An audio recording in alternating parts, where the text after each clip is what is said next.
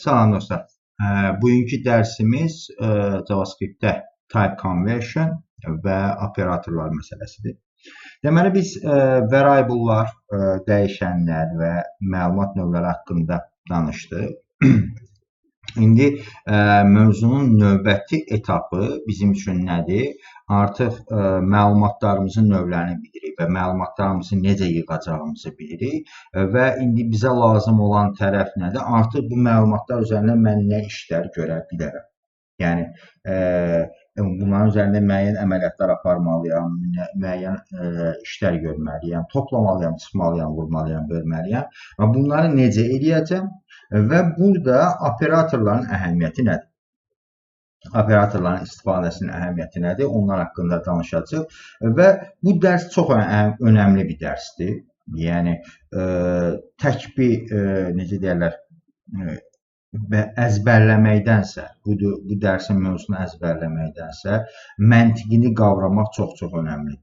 Məsələnin məntiqini qavramaq. Çünki bu dərsin o biri dərslərdən fərqi oradadır ki, burada məsələn operatorlardan danışırıq. Biz bu insanda yeni proqramlaşdırmaya başlayan insanlarda biraz çaşqınlıq yaradır. Nə mənada çaşqınlıq yaradır? Məsələn, mən burada bunu yazıram məsələn, deyək ki, console log 4 üstəgəl 6. Yəni, burada mənim burada bir operatorum var.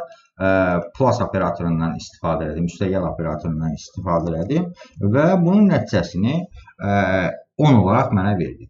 İndi çox təbii olaraq burada indi hansı operatorlardan istifadə olunur? Bunların siyahısına baxsaq biz JavaScript-də riyazi operatorlar var, ondan sonra müqayisə operatorları var, assignment operatorları var və s. və s. Bir neçə kateqoriyada operatorlar var. İşin başlanğıcına biz riyazi operatorlardan başladıq. Çünki ən qarışıqlıq yaradan məqamlardan biri budur. Deyəcəksiniz ki, riyazi operatorların nəyi çətindir? Burada nə əhəmiyyəti var? Bu mövzunun daha fərqli düşünmək üçün nəyə ehtiyac var?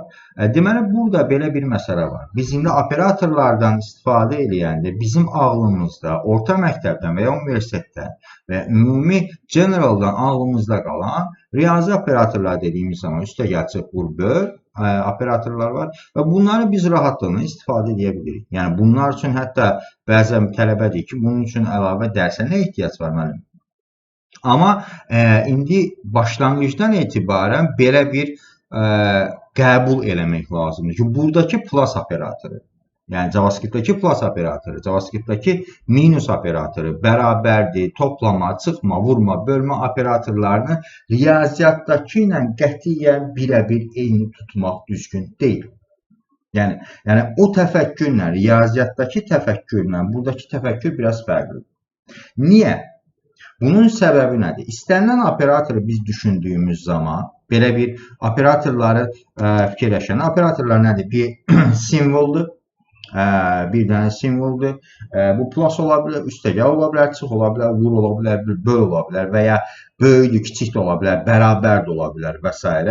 Amma adicə biz köhnə dərslərdən istifadə edilmişsə ki, məsələn, bir riyaziyyatdakı bərabərlə buradakı bərabər arasında astronomik bir fərqin olduğunu, astronomik deməyim, fərqin olduğunu biz başa düşməliyik. Məsələn, riyaziyyatda A bərabərdir 5 yazsaz, sonradan A bərabərdir 7 yazma, bu riyazi qaydalara görə tərsdir. Yəni, A həm 5-ə bərabər olub, həm də 7-yə bərabər ola bilməz. Yəni, buradan bunu başa düşmək lazım ki, buradakı bərabərin vəzifəsi riyaziyyatdakı bərabərin vəzifəsi ilə eyni deyil. Və ona görə operatorları analiz edəndə birinci operator deyəndə ağlımıza nə gəlməlidir, onu başa düşək. Deməli, bizdə nədir? Operator, ondan sonra operant deyək, operant 0-1, ondan sonra operator, sıra belədir, operator, ondan sonra operant 0-2. Düzdürmü? Yəni, bir dənə iki tərəf müqabili var burada. Operand 01, operand 02 və bunların ortasında olan, arasında olan bir dənə operator var. İndi bu operatorlara müəyyən vəzifələr biçilir. Müəyyən vəzifələr. Məsələn, riyaziyyatdan götürsək, məsələn, əgər mənim buradakı operatorum 4 + 6. Operatorum 6'dır. Operand 1 4'tür. Operand 2 6'dır. Düzdürmü? İndi burada bu plus operatorunun bir dənə vəzifəsi var. O da nədir? 4 ilə 6'nı toplamaq. Və riyaziyyatda bu operandların bircə dənə növü var. Operand 1 və operand 2 ancaq ədəd ola bilər. Yəni, mənfi də olsa, müsbət də olsa, bir kateqoriyada olan bir məlumat növü var burada. Yəni, ədədlər üzərində mən bu əməliyyat aparıram. Amma proqramlaşdırmada operand 1 nə ola bilər? Operand 1 rəqəm ola bilər, string ola bilər. Keçən dəfəki dərsimizdən yola çıxaraq desək, rəqəm ola bilər, boolean ola bilər, undefined ola bilər, null ola bilər, ona string ola bilər və ya başqa bir expression ola bilər. Eyni şəkildə operand 2-də. Deməli ki, mənim bunun arasına qoyacağım operator özü artıq tənzimləməlidir ki, mənim tərəf müqabillərindən biri rəqəm, biri mətn olanda mən necə hərəkət eləməliyəm? Yəni, bu JavaScript dili hazırlananda bu öncədən təyin olunmalıdır ki, operator plus operatoru tərəf müqabillərinə görə necə hərəkət eləyəcək. Yəni, mən bunu burada məsələn 4 + 6 yazdıq. Məsələn, 4 + salam yazsam nə olacaq? Misal üçün. Belə bir nəticə verəcək. 4 salam. Yəni, bunu bir var ki, elə belə təxmini olaraq qərar verir. Deyək ki, yəqin ki, bunları birləşdirir. Və bunu yaddan çıxarmamaq lazımdır ki, proqramlaşdırmada yəqin ki, ifadəsinə yer yoxdur. Bu önəmli bir məsələdir. Yəni, bunun konkret bir səbəbi var. Yəni, plus operatoruna müəyyən vəzifələr verilib və mən bu vəzifələri bilməliyəm ki, bu necə davranacaq, necə hərəkət edəcək. Deməli ki, mən burada indi oturub fikirləşmək lazımdır ki, bunun qərarını vermək lazımdır ki, bir plus operatorundan yola çıxacaq və sonradan digər operatorlara da baxacaq. Deməli, birinci plus operatoru belə baxır. Deyir ki, əgər mənim tərəf müqabillərimdən hər hansı biri, istər soldakı, istər sağdakı, hər hansı biri, əgər stringdirsə, string məlumatı, yəni dırnaq içərisindədirsə və ya o variable istifadə olunursa, məsələn, deyək ki, let ad bərabər let name bərabərdir, məsələn, John və let surname bərabər Doe, ondan sonra let age bərabər 46. Deməli, 3 dənə dəyişənimiz var. Birində string məlumat var, ikincisində belə deyək, is logged in, is married deyək və ya evlidirmi? Burada da baxın, false var. Ondan sonra, deməli, burada 3 dənə məlumat növümüz var. İndi bunların arasında mən plus operator qoyanda necə davranacaq? Bunun qaydası necədir? Deməli, birinci baxır. Əgər tərəflərdən hər hansı biri, yəni soldakı və ya sağdakı tərəflərdən biri əgər string məlumatdırsa, bu burada JavaScript burada concatenation edir.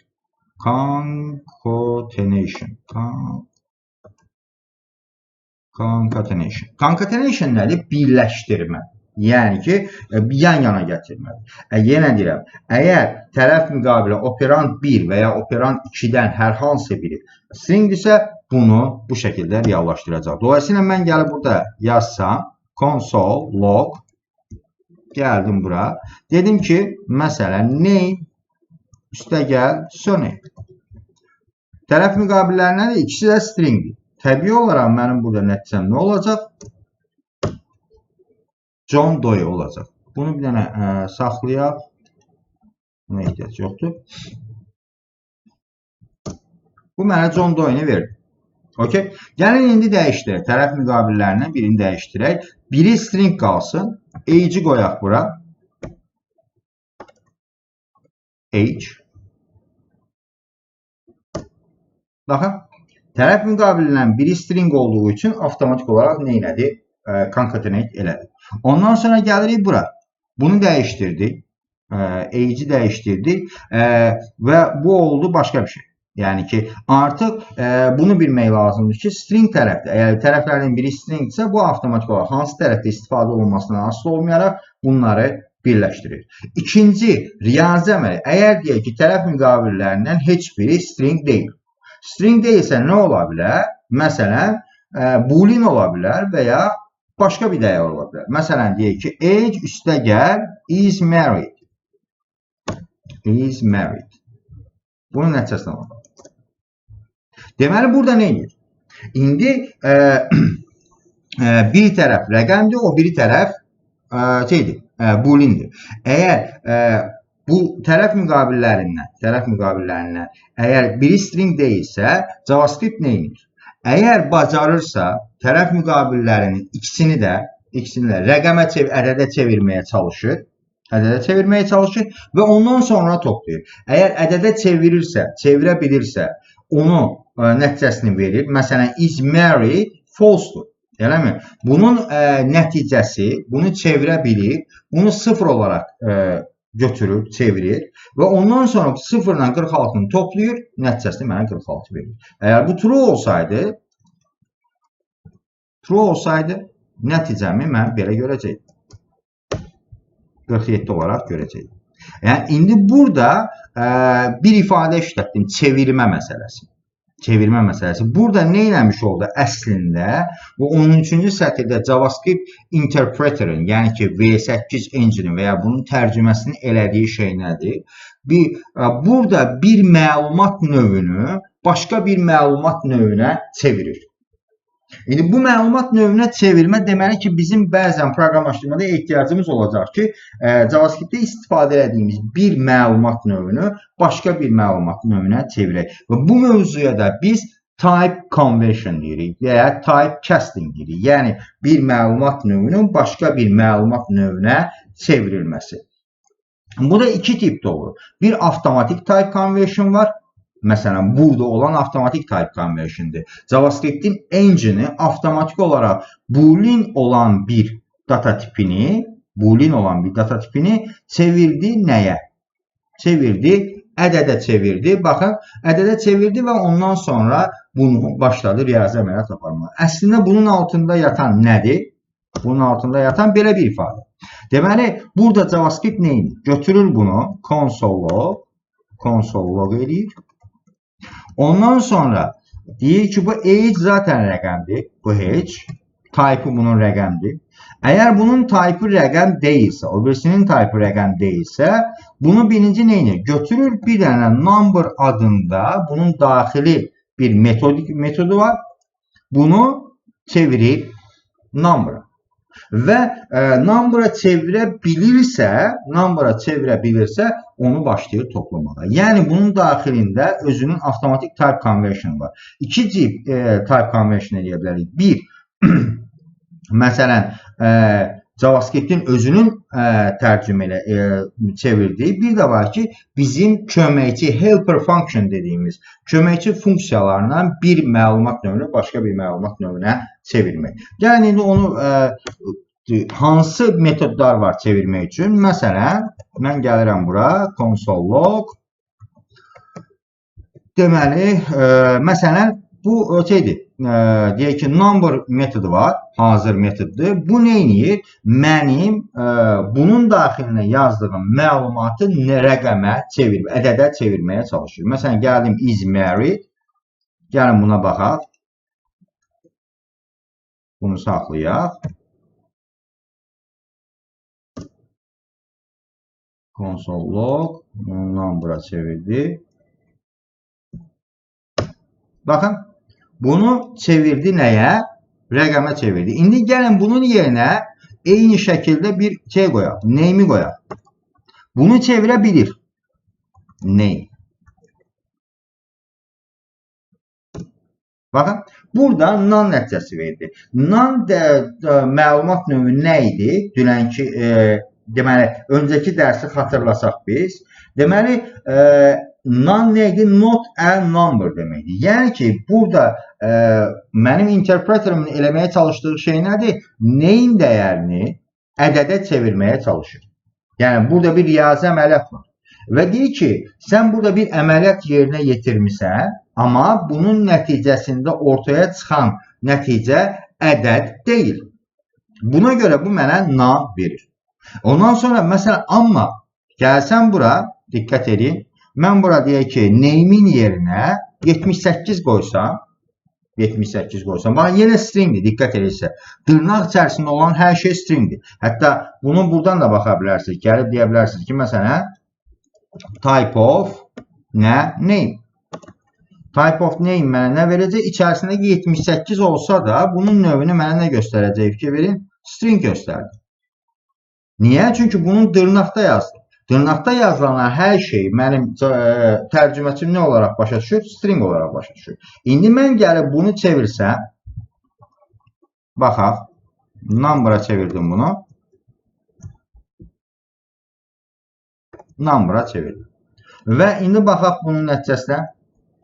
Baxın, çevirə bilir. Çevirə bildiyini çevirir. Əgər bunun içərisində ədəd varsa, rəqəm varsa bunları çevirir. Ondan sonra mənə nəticəni verir. Artıq bu 78. 78 nədir? Baxın, burada bir dənə Visual Studio işləyəndə də sizə kömək olması üçün belə bir şey verəcəm. Deməli, mən bunu ikisini də log eləsəm. Baxın, birinci 78-in rəngi soluqdur, ikincisinin rəngi sarıdır. Bu string deməkdir. Əgər bu rəngdə çıxıbsa, əgər bu rəngdə mənim konsolumda çıxıbsa, bu onun ədəd olduğunu göstərir. Hətta bunun diqqət eləsəz, nanın da dəyərini ədəd olaraq bu sarı rəngdə göstərir. Və bunu başa düşmək lazım. Ondan sonra gəldik başqa. Məsələn, mən gəlsəm bura, indi gəlin yavaş-yavaş yoxlayaq. Nəyi mən number'a çevirə bilirəm, nəyi çevirə bilmirəm. Gedək baxaq. Hansı məlumat növlərim var mənim? Tək-tək bir-iki dənəsini yoxlayaq, praktik eləmək üçün. Deməli, şeyi yoxladıq. Boolean dəyərlərini yoxladıq. True, false-u çevirir. Bunda problem yoxdur. Ondan sonra, məsələn, null'a baxaq. Null bir data tipidir. Baxın, null'u number qarşılığı, null'un number qarşılığı nədir? 0. Bunu belə çevirir. Ondan sonra gələk undefined. Baxın, bunu non verdi, bunu çevirə bilmir. Bunları bəzi exceptional, deyək ki, istisnai vəziyyətlər var. Bunları da bizim kod yazdığımız zaman özümüzün analiz eləməsi lazımdır ki, JavaScript-in qaydalarını rahat öyrənə bilək. Deməli, number, bunu number olaraq çevirdi. Ondan sonra nə var bizdə? Məsələn, deyək ki, undefined var idi, null var idi. Məsələn, ancaq non'ı çevirməyə çalışaq. Non. Görək, bunu nə verəcək bizə? Baxın, bunu da non verdi. Yəni ki, mən bunu çevirə bilmirəm deməkdir. Yəni, çevirməyə çalışıram, amma nəticəsində mənə bu şey verir. Yəni, necə deyərlər, rəqəm olmayan bir nəticə verir. Bu number. Eyni şəkildə burada bizim istifadə eləyə biləcəyimiz, type conversion'da istifadə edəcəyimiz metodlar var. Məsələn, number metodu var, rəqəmə çevirmək üçün. Ondan sonra boolean var, metodu var. Ondan sonra string var. Sonra məsələn array var, obyekt var, function var, bunlar var. Bunların bir üçünü biz çox istifadə eləməyəcəyik hələ ki ilkin dərslərdə. Əsas bunlardan istifadə edəcəyik. Yəni ki, mən əgər bir dəyəri məsələn boolean'dən yoxlayaq. Deyək ki, gələk bura. Deyək ki, console log. Məsələn boolean'i yoxlayaq. Boolean. Nəyi çevirək? Məsələn, age-i çevirək boolean'ə.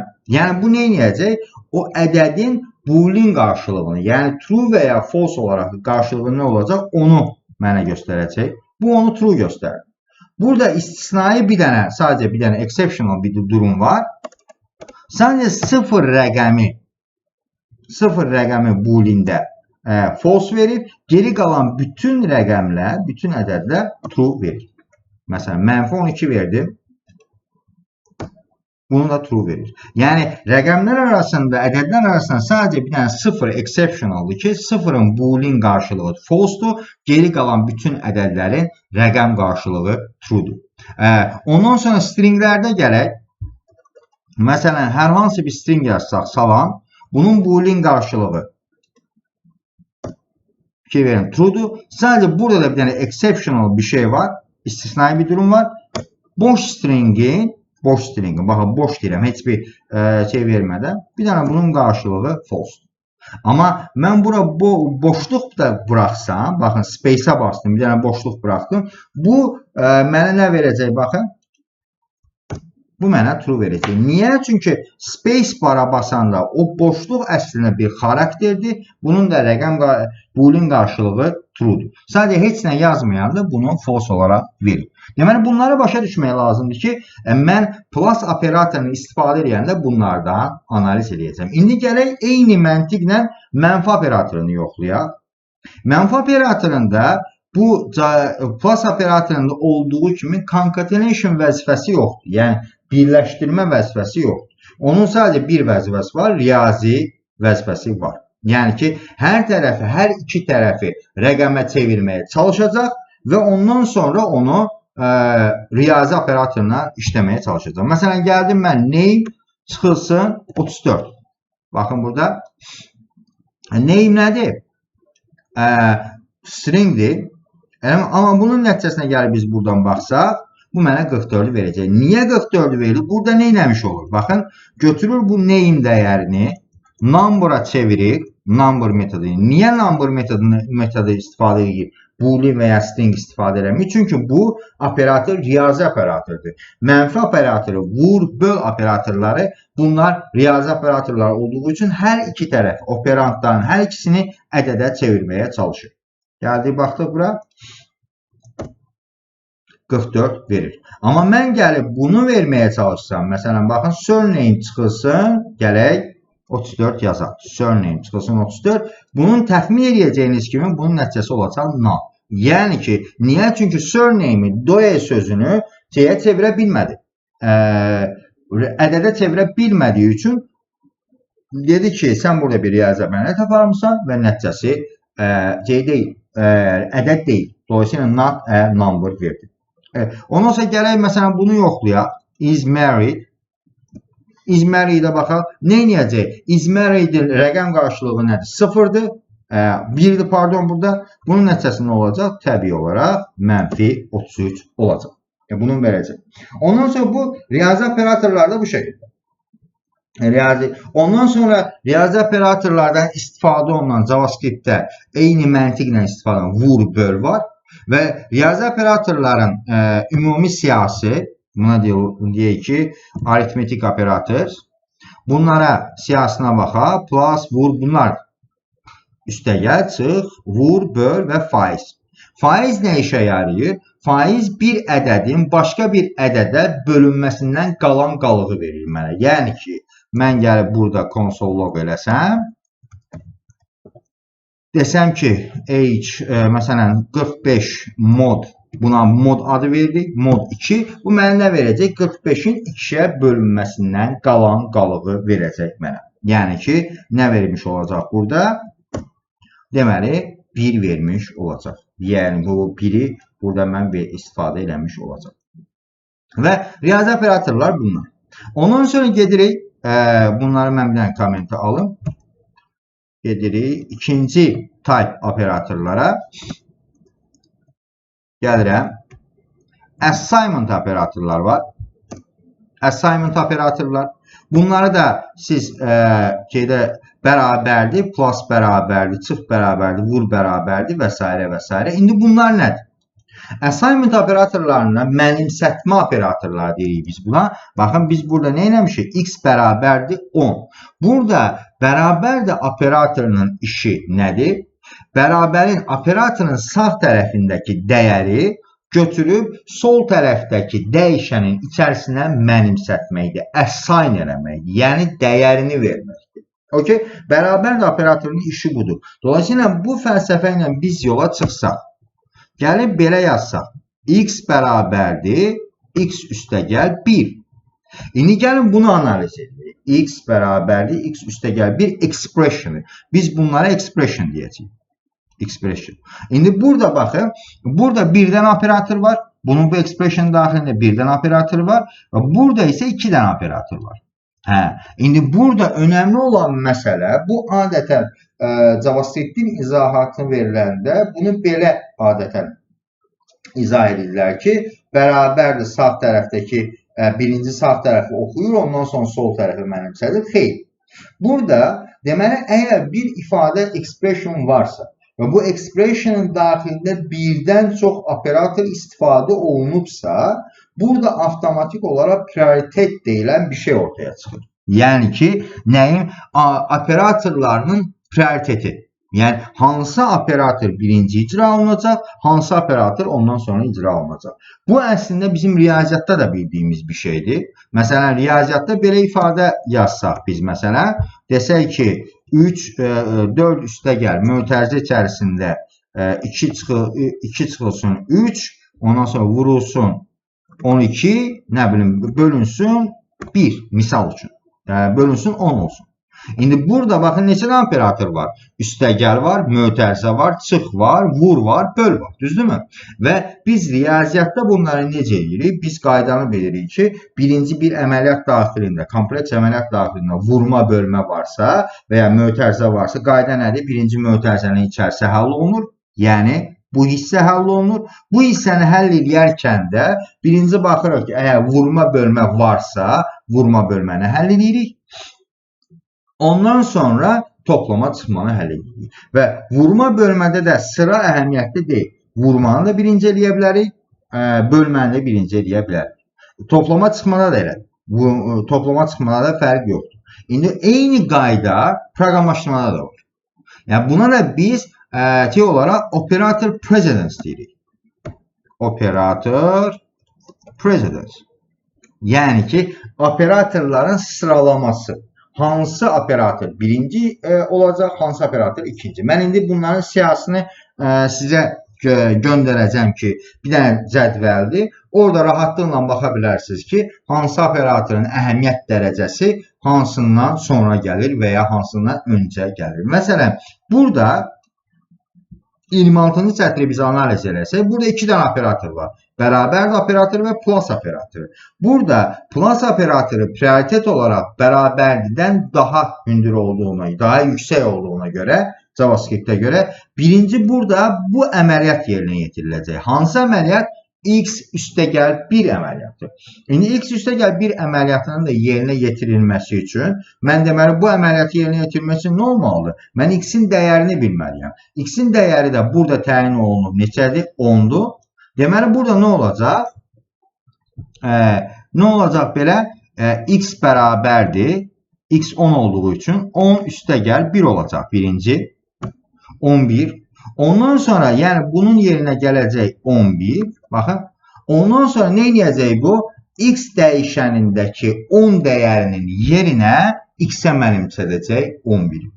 Okay? Buna biz operator sıralaması deyirik və bunun yerinə JavaScript-də bunu biz qısaldırıq. Belə. Deməli, x plus bərabərdir 1 yaza bilərik bu şəkildə. Fikir verin. Və ya x plus plus yaza bilərik bu şəkildə. Ümumən, bu x plus plus sadəcə bunun qarşılığıdır. X bərabərdir, x plus 1-in qarşılığıdır. Amma bunun yerinə mən məsələn 2 yazmaq, 5 yazmaq, bu nə deməkdir? X üstəgəl, x bərabərdir, x üstəgəl 5. Yəni, bu ifadə əslində bu ifadə ilə eynidir. Sadəcə bunun qısa variantıdır.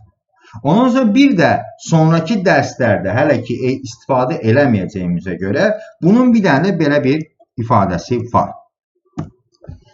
Eynidir. Nəticə olaraq gördüyünüz kimi burada eynidir, amma bunların istifadə yerləri fərqlidir. Yəni, assignment-la mənimsətmə arasındakı fərqlər var. Bunları bir neçə dərs sonra, indi beyninizi qarışdırmaması üçün bunu demirəm, amma sonraki dərslərdə bunlardan istifadə edəcəyik. Assignment operatorlar dediyimiz kimi, mən sadəcə plus üzərində izah elədim. Eyni məntiq minusda, vurda, böldə və faizdə də var. Ondan sonra gedək növbəti operatorlara. Logical operators. Gəlirəm bura. Logical operators, ya logical operatorlar comparison operators deyək, birinci.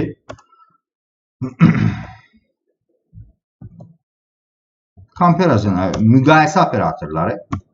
Müqayisə operatorlarında işi nədir? Müqayisə operatorlarının işi iki operandın bir-biri ilə müqayisəsini tənzimləmək. Yəni dolayısıyla bu comparison operatorlarında ortaya çıxan nəticə boolean nəticədir. Yəni məsələn mən bura gəlsəm, console log desəm, console log məsələn 3 bərabərdir 5-ə. Bu mənə nəticə verəcək? False verəcək. Yəni, bu əslində sual soruşur. Deyir ki, 3 bərabərdirmi 5-ə? Ondan sonra və ya bunun yerinə mən qoysam, nida qoysam, 3 və 5-in bərabər olmadığını mənə göstərəcək. Deyəcək ki, 3 ilə 5 bərabər deyil. Bərabər deyil sözü düzdürmü, səhvdirmi? Buna mənə göstərəcək. Və ondan sonra eyni şəkildə böyük işarəti və kiçik işarətləri də buradan istifadə olunacaq. Və indi burada 3 dənə bərabər var, 2 dənə bərabər var. Bunların arasındakı fərq nədir? Gəlin indi bunu bir dənə analiz edək. Burada qalsın. Gəldik. Deməli, burada bunu yazıram belə. Deyirəm ki, console log. Gəlirəm bura. 5 bərabərdir 5. Bu heç. Bu true'dur. Ondan sonra gəlirəm bura. Bunun içərisinə bunu dırnaqda yazsam, burada müqayisə eləyəndə artıq rəqəmlər arasında yox. Əgər operantlardan biri fərqli məlumat növüdürsə, onları ədədə çevirməyə çalışır, ondan sonra müqayisə edir. Ədədə çevirməyə çalışır, ondan sonra müqayisə edir. Bunu da yaddan çıxarmamaq lazımdır. Və indi burada bunun nəticəsi true verəcək mənə. Bunları bir dənə saxlayaq. Baxın. Niyə? Çünki burada bunu çevirir, ədədə çevirir, ondan sonra müqayisə edir. Və ikinci bir məsələ, mən bunun qabağına amma 3 dənə bərabər qoyanda bu mənə false verir. Niyə? Aradakı fərq nədir? 2 bərabər, onun hər iki tərəfi sadəcə dəyər olaraq müqayisə edir. Yəni, çevrilmiş dəyər olaraq. İkisinin də dəyəri nəticə etibarilə 5-dir. Buna görə 5'lər bərabər olduğu üçün bunu true verir. Amma 3 dənə bərabər qoyanda mənim JavaScript engine'im deyir ki, dəyər olaraq bərabər eləməsi mənim üçün kifayət deyil. Məlumat növü də olaraq da eyni olması mənim üçün önəmlidir. Amma burada məlumat növü 36-cı sətirdə hal-hazırda məlumat növləri fərqlidir. Biri number'dır, biri string'dir. Dolayısıyla bu nə verəcək? False verəcək. Deməli, 2'nin bərabərlə 3 bərabərin arasındakı fərq odur ki, 3 bərabər həm dəyər olaraq yoxluyur, həm də data tipi olaraq yoxluyur. Bu da müqayisə operatorlarının analizi və burada bir dənə məsələ var. Yəni, exceptional bir məsələ var ki, tamam, rəqəmlərə çevirir. Rəqəmlərə çevirir və ona görə müqayisə edə bilir. Amma belə bir məsələ deyək ki, console log məsələn, salam, adicə belə yazaq. İndi gəlin bunu yoxlayaq görək, bunun nəticəsi nədir? False verdi. İndi istərsən insanın beyninə sual gəlir ki, və ya bu bərabərliğini başa düşdük də bunu verək. Baxaq görək. Baxın, false verdi. İndi bu false-u nəyə əsasən verir bu? Yəni, necə hesablama? Bunlar heç bir rəqəm deyil. Salamı da, böyük hərflə salamı da rəqəmə çevirmək mümkün deyil. Kiçik hərflə salamı da rəqəmə çevirmək mümkün deyil. İkisi də non verəcək. Amma onda necə müqayisə edir? Burada bir məsələni yadınıza saxlayayım. Biz yadınızdadırsa, hər xarakterin bir ASCII table-da decimal qarşılığı var idi. Məsələn, gələk biz bura. Deməli, ASCII table.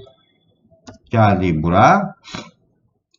ASCII table'da gəlin indi özümüzdə bir müqayisə aparaq burada. Deməli, ASCII table'ımız buradadır.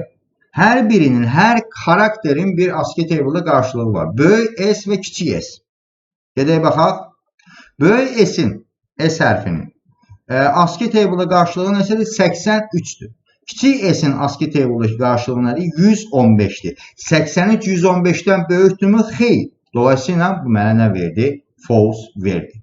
Məsələn, mən burada müqayisə necə aparılır?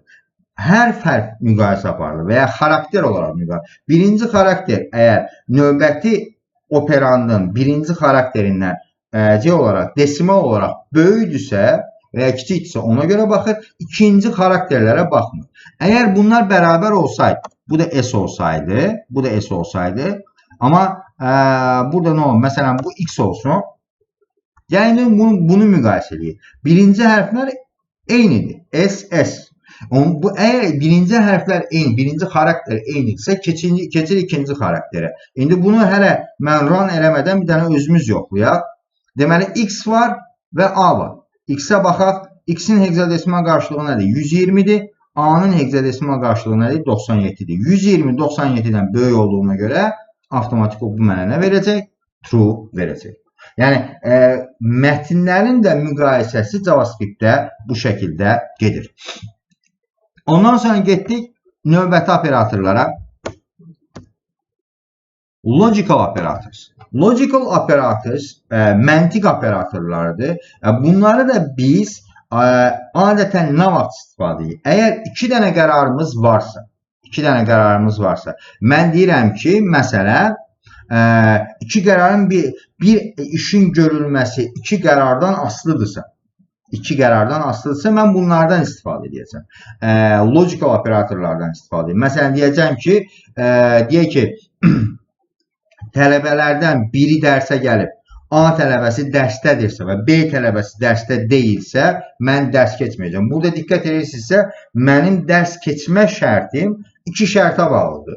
A-nın gəlib gəlməməsi, B-nin gəlib gəlməməsi. Dolayısıyla bunları biz birləşdirəndə deyəcəyik ki, bunların arasında operatorlar istifadə edəcəyik. Və ya. Bu and deməkdir. And. Bu isə or deməkdir. Biri və, biri və ya deməkdir. Yəni, bunların cədvəlləri də, əslində bunlara logical cədvəllər deyirlər buna. Bunu internetdən baxa bilərsiniz. Yəni ki, logical and table, logical tables desəz, logical tables. Bunu buradan baxa bilərsiniz. Analiz edə bilərsiniz. Yəni ki, A ilə B-nin arasında and üçün nə var? Or üçün nə var? And, or tables. Logical and or. Buna baxsaq, burada görərsiniz ki, bizim and, or, bunu əslində orta məktəbdə də keçilir bu, bildiyim qədərinə. Baxın, not and or. Tərəflər bunlardır. Bu şəkildə bundan istifadə edə bilərsiniz. Yəni, bunu biz kod yazarkən istifadə edəcəyik. Bunlardan istifadə edəcəyik lazım gəldi. Bunlara da link qoyacağım. Ona görə də bunları yadından çıxan varsa əgər bunlara da baxa bilər. Logical operatorlar belə. Ondan sonra gəlirik bizə operatorlardan növbəti operatorlar var. Ondan sonra logical operatorlar. Ondan sonra bir neçə operator növü var. Bunların bir dənə siyahısına baxaq buradan. Gözümdən qaçan varmı? JavaScript operators deyə. Binary operatorlar var. Binary operatorlar sonraki dərslərin mövzularıdır. Deməli, arifmetik operatorlar var. Assignment operatorlar var. Ondan sonra string operatorlar var, plus minus. Ondan sonra logical operatorlar var. Type of operatorlar var. Ondan sonra bir də bitwise operatorlar var ki, bitwise operatorlar sonraki mövzudur və bunlardan biz istifadə edəcəyik bəzən. Bəzi hallarda istifadə edəcəyik, amma basic level'da JavaScript'də bunlardan biz istifadə eləmirik. İndi burada bizim diqqət edəcəyimiz, deməli, JavaScript'də əgər mən operatorlardan istifadə edirəmsə, JavaScript'dən operatorlardan istifadə edirəm. Nəyə diqqət etmək lazım? Birinci, mən riyaziyyatdakı operator məntiqini unutmalıyam. Bu bir. İkincisi, hər operatorun operand növünə görə necə davranacağını bilməliyəm. Bu iki. Hansı necə davranacaq, necə hərəkət edəcək, bunu bilməliyəm. Ondan sonra o data tiplərinə görə operatorların davranış qaydalarında yavaş-yavaş istifadə eləməliyəm. Və burada JavaScript'də diqqət edəcəyiniz məqamlardan biri nədir? Daimi olaraq bu mövzularda yəni boşluq tapmağa çalışın. Məsələn, özünüzdə elə bir əməliyyatlar aparın ki, orada olmasın. Yəni nəticəsi maraqlı gəlsin ki, onun səbəbini araşdıra bilək. Yəni bu mənim üçün də maraqlı olar ki, tələbə elə bir əməliyyat apardı ki, bunun nəticəsində bir neçə operator istifadə edə bilərsiniz, bir neçə data tipindən istifadə edə bilərsiniz və onun daxilində nəticəsinin nə olduğunu məntiqli şəkildə özümüzə izah edə bilməyimiz lazımdır. Yəni parçalayaraq izah edə bilməyimiz lazımdır. Əgər deməli operatorların fəlsəfəsini bilsək, ondan sonra operator precedence'i bilsək, yəni ki, prioritet sıralamasını bilsək, ondan sonra bir də type conversion məsələsini beynimizdə saxlasaq ki, JavaScript type conversion'dan istifadə eləyir, ya avtomatik type conversion'dan ya da mən özüm helper metodlarla type convert edirəm, type conversion edirəm, type casting də eşidə bilərsiniz, type conversion də eşidə bilərsiniz internetdə araşdırarkən. Ona görə beyninizi qarışdırmasın bunlar və biz indi bunların diqqət elədiksə, biz adətən hələ ki ancaq primitiv data tipləri üzərində bunlar əməliyyatlar aparırıq. Sonradan kompleks data tiplərini keçəndə, yəni ki, reference data tiplərini keçəndə, array, object, symbol, ondan sonra deyək ki, function, bunlarla da haqqında danışanda da bunları biz təkrar izah eləyəcəyik. Bunlar üzərində də danışacaq ki, mövzu daha oturaqlı olsun. Belə, bu mövzu haqqında bu qədər. Bugünlük növbəti dərsdə görüşənə qədər. Sağ olun.